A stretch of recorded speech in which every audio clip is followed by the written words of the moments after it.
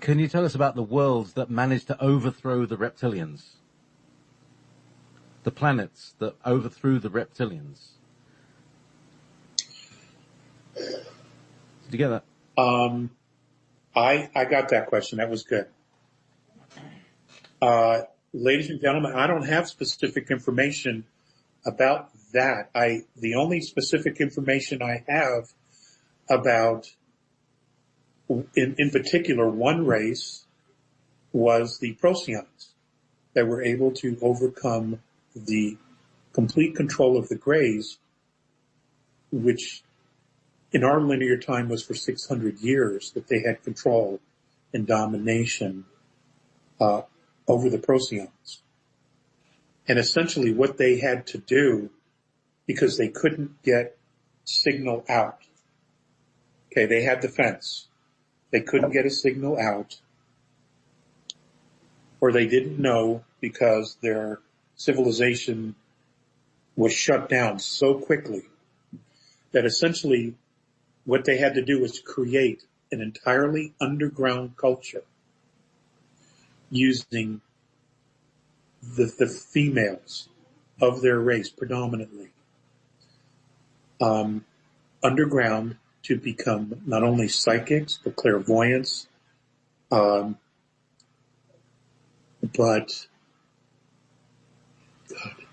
sages, seers. They had to create this entire underground subculture that was so spiritually powerful that when the time was right and they had the right amount of numbers, that they would allow themselves to be known and they would broadcast a call for help that would pierce the veil or the fence that was surrounding the planet, which is in fact what they did. And it was the feminine of their race that did this because of their emotional passion. Emotion is an incredible tool. It can never be underestimated. Okay? I understand that many of the men came up with the idea, but it was only the women who could pull this off because of their extremes of emotions, which are much broader than a man. Okay? They somehow were able to call for help, and help came almost immediately. I don't know every single detail about that. And there is more, in fact, information about that in my notes, which I don't have. But that's all I can remember at the moment. They were able to get help. They were able to break free of the matrix. And, this is what, the Greys did this. I mean, they would go to a planet and they would harvest it and they would take what they wanted. And when they were done taking it or there was nothing left that they wanted, they would move on, but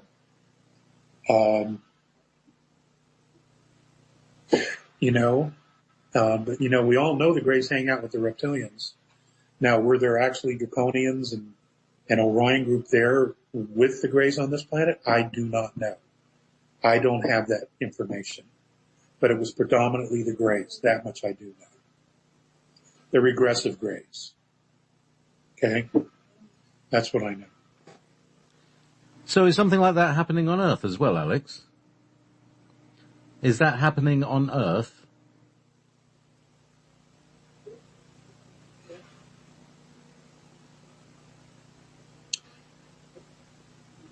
If that's what has unfolded, I don't know if it was exactly the same way. We do know that we got help from outside.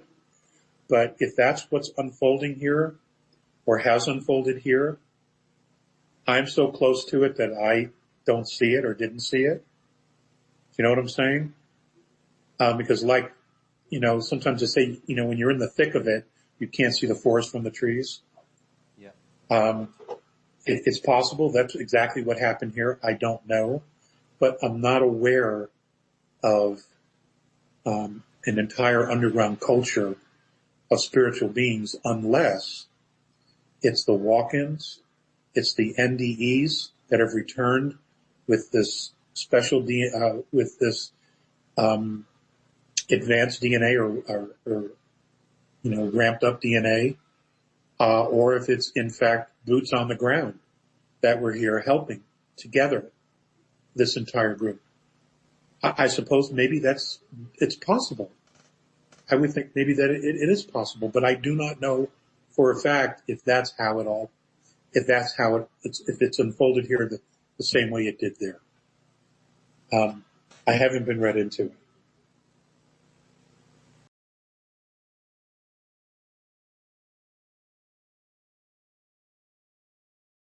Why do you think the Andromedans chose you to spread their message? Okay. Why did the Andromedans choose you to spread their message? Well, I'm one of 4. I don't know where the other 3 are. Well, I know where they are, but obviously they haven't done anything. My understanding is that the last time they had a physical presence on the Earth, where my DNA lineage or past life is directly connected to the constellation of Andromeda, we would have been the first choices to interact with, to choose.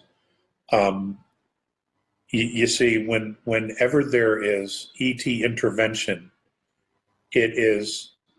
there are specific guidelines where you can only intervene with those of your specific DNA or DNA lineage. You are not supposed to directly intervene or harm or manipulate other beings that do not share your DNA lineage. Now, of course, the bad guys, they don't pay any attention to that, okay, which is why they're bad guys. The benevolence, what they will do is they will contact those connected to them energetically and genetically first. That would be their interaction. And that is their reason for intervening. Now, if there were no A's here, no A souls whatsoever on Earth, or any DNA linkage to the Andromedan system, they would have no business intervening whatsoever in any way unless they were specifically asked by a majority of the population of the planet. Well, the majority of the population of the planet has no clue. They would have had no clue. Okay? Who to ask for help with. So that's pretty much it. The Plagiarians, the Pleiadians, it is the exact same thing. They're basically really good guys. Okay? And they would interact with their own lineage first. And if there were no Pleiadian or Plagiarian lineages here, they would not be able to intervene, again, unless specifically asked by the population. The population wouldn't ask them because they probably wouldn't know anything about them. That's how this works. So,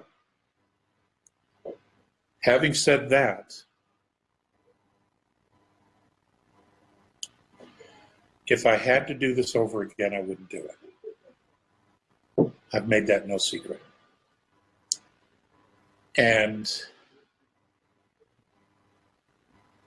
there are days I don't want to do another webinar. There are just days I don't want to do it. You know, I feel like I didn't sign up for this. I'm not interested in being a celebrity ET contact, as I've been labeled. I'm not interested in any of that crap. I'm really not. You know, I feel like I did the work. I've given more than enough of myself, and I don't know how much further this is going to go. I just don't know how much longer I'm going to want to do this. So there's your answer. It's probably not the answer you wanted, but there it is. Okay. So, you know, listen, it's important to continue to focus on what it is that you want. You know, from the earlier things that we've talked about and I'm sure some of you have researched that you are incredibly powerful beings. You know, it used to be that science only believed that a black hole would be the only thing strong enough to bend light. Now we know for a fact that intention, which creates DNA, can also bend light. Now that intention comes from you. It is your desires to be physical, okay, or to create physicality.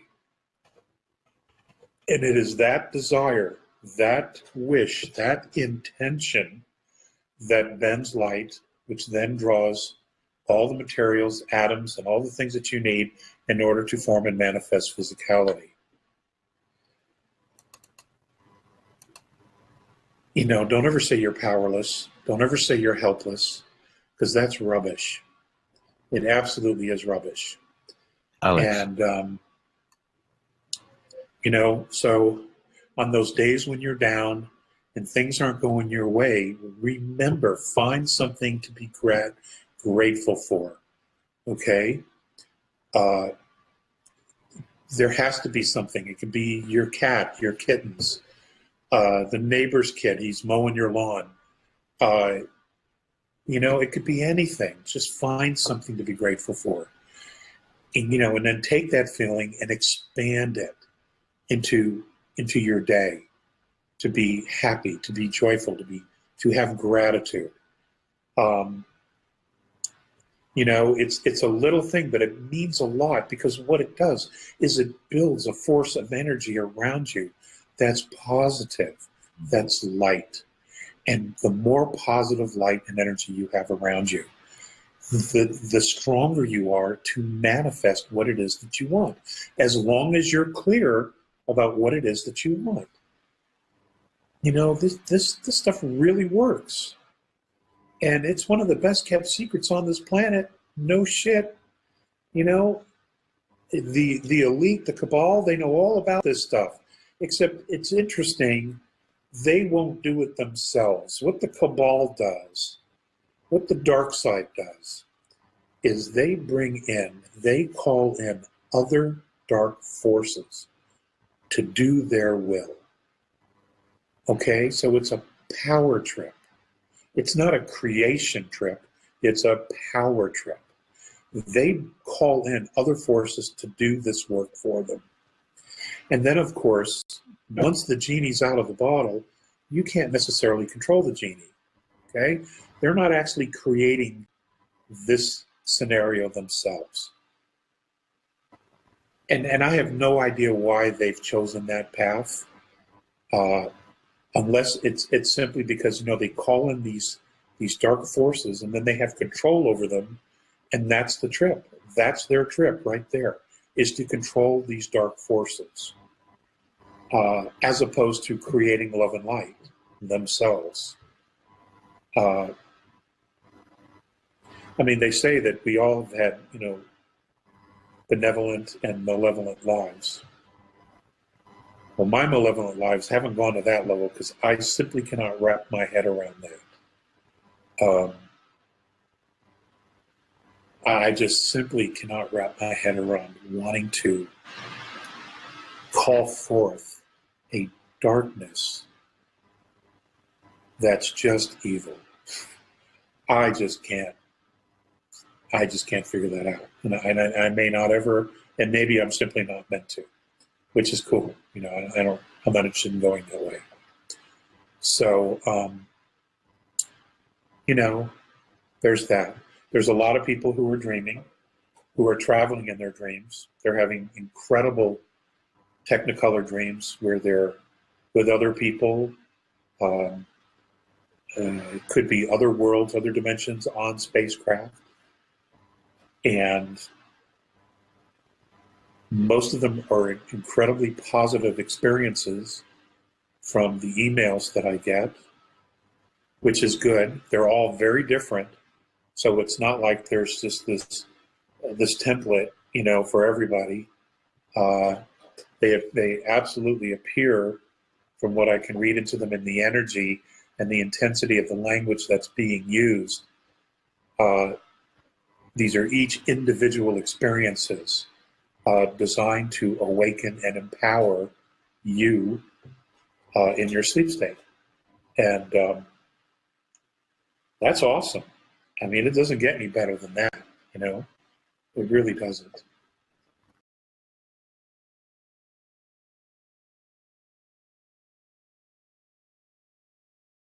Continually finding a grey area where the Anunnaki and reptilians seem to meet.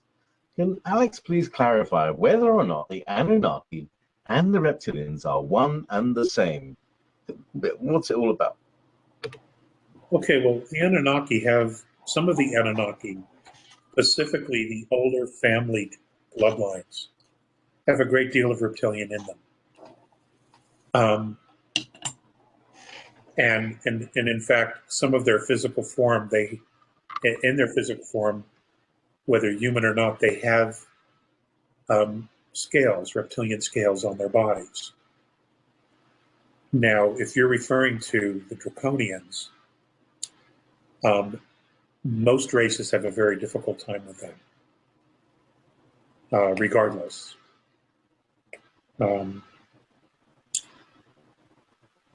The reptilians, the Draconian reptilians, they're a different breed altogether. So they're dealt with in a different way.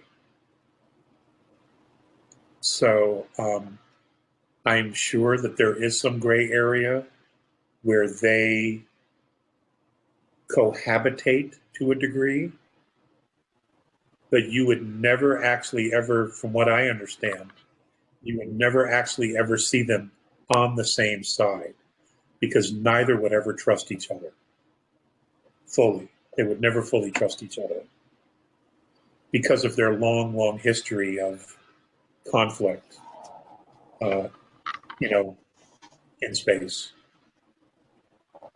So,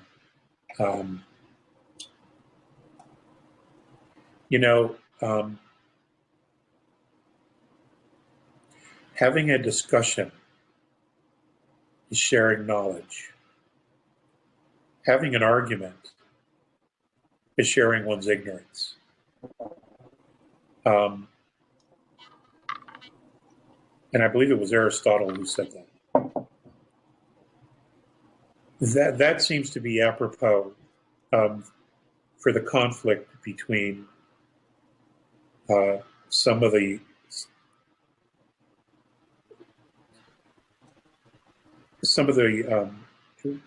ET groups and the regressive groups. They no longer have discussions. They usually just turn into arguments. So what happens is they don't talk to each other at all. And that's what's happened here in third density an awful lot. There have been no conversations.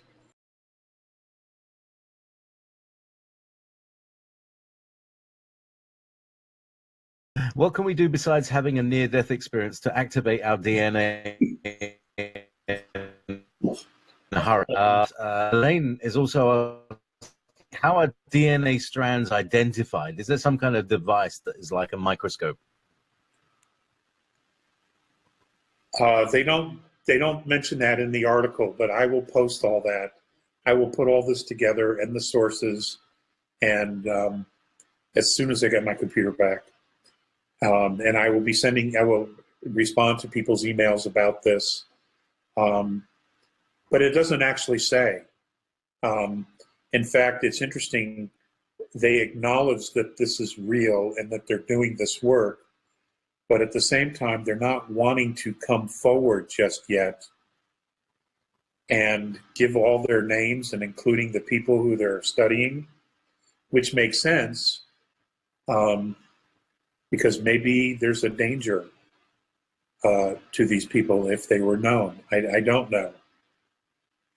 Now, as far as a near-death experience, not interested in having one of those again. You know,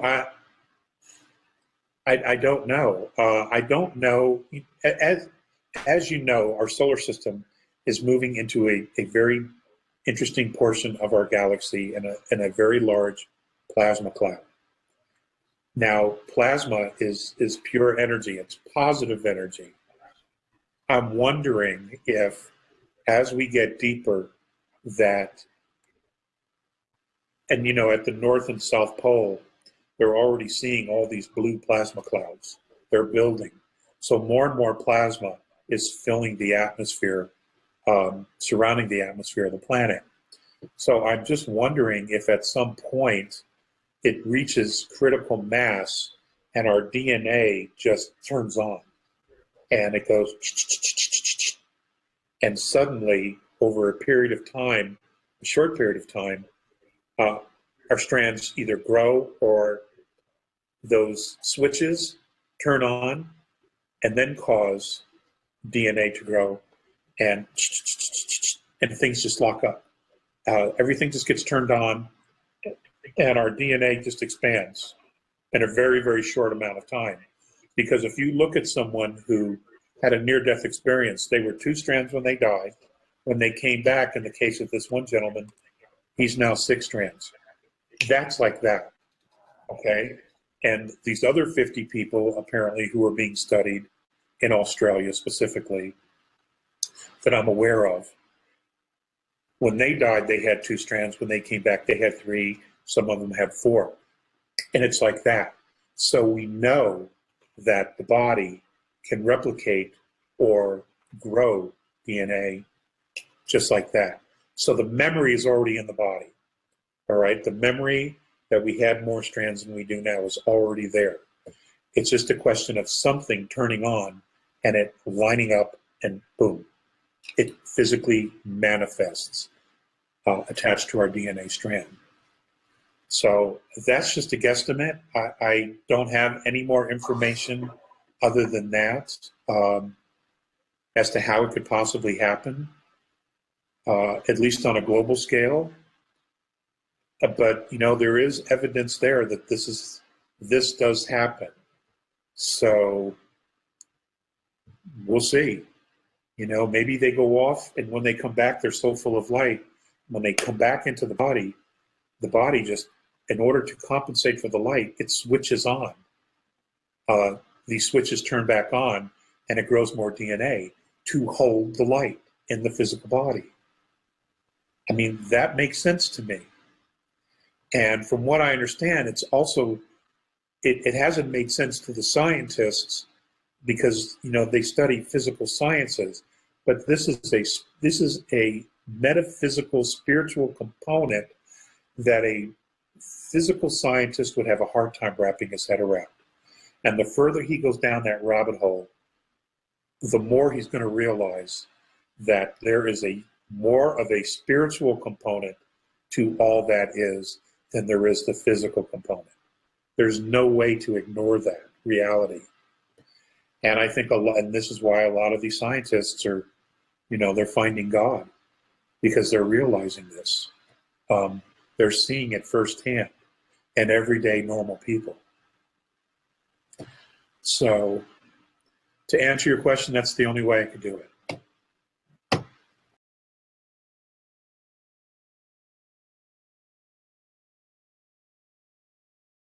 Can you tell us anything about other intelligent life, non-human, living within our solar system? Mars, maybe? There's an enormous amount of non-human life living in our solar system. The oceans of Uranus. There is life forms on Neptune that have absolutely nothing to do with us, that are helium-based. You have life forms on Titan that are methane-based. Okay, there is absolutely no single type of environment anywhere in this galaxy or another where there isn't one type of life form or another that can exist there. You see, that's the purpose for creating physicality, is the idea of experimenting with life in physicality. So no one creates a moon or anything with the idea of it just, well, well, it looks so pretty. You know, let's just put it over there. It's dead, but it looks pretty. It's a pretty death. Nobody does that, okay? There's always a reason and an intention. For example, let's just take our moon. Okay, well, it's pretty. We've been told it's been dead, okay? But it isn't. We know it isn't. And it's, it has a purpose of manipulating the tidal waves of the planet and also changing the mood of the human beings on it. Well, you could just push that out a little bit further and it would have no relative reason to even be here. Are you there? Yes, I'm here. Okay. You would have absolutely no relative reason to be here, for it to be here, but it is. And no one creates something just for the sake of it. All life, all physical creations have a purpose, a reason to be here.